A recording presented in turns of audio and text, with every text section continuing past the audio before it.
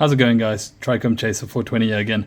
Last video I went over the essential components of studying out nug photography and macro photography in cannabis. So I started out just introducing some of these tools, so like this reversing ring, these extended tubes, and then also some of the lens options. And in this video I just wanted to go over the first one that I touched on, the reversing ring, and just show you how it works and chat a little bit about some of the difficulties in using it.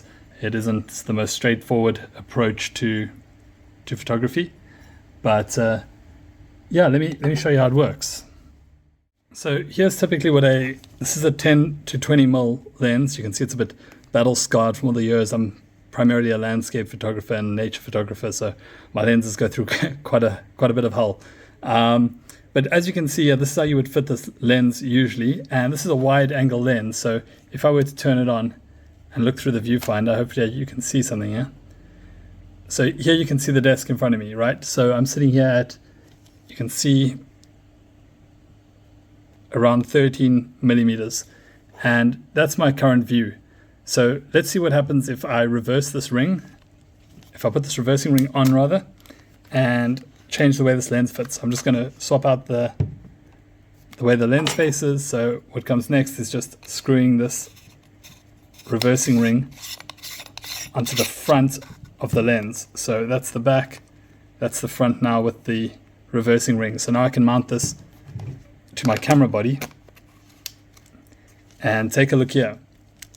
So I've got a coin down on the table here, just so you can see. Let's see if we can get this in focus here.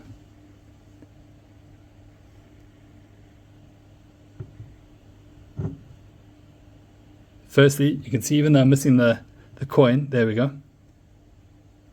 You see that detail? You see how much magnification it's added to the image. If this is trichomes now, and you're doing a close-up shot, you can really get a lot of detail out of this approach.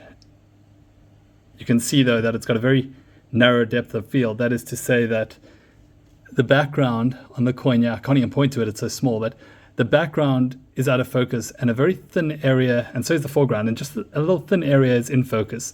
That essentially means that you've got a narrow depth of field, and if you're shooting a still photo, you would want to use a macro rail or something to improve the amount of depth you have in your image. So instead of just seeing a portion of the coin like that, by stacking images together, in the final image you manage to see the whole picture.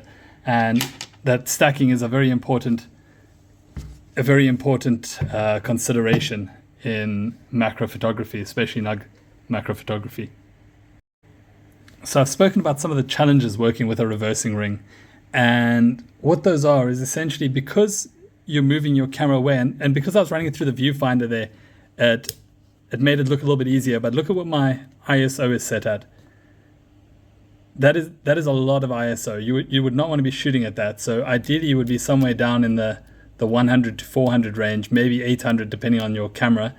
But just in order to bring enough light into the back of this viewfinder, when I was doing that, I needed to increase my ISO really high. And that is one of the downsides to this reversing ring method. Because of the way that it works, you're essentially limiting the amount of light that comes into your camera lens. So the result is that you need long exposure times, and in turn you need a really steady hand, or rather a tripod with a rail.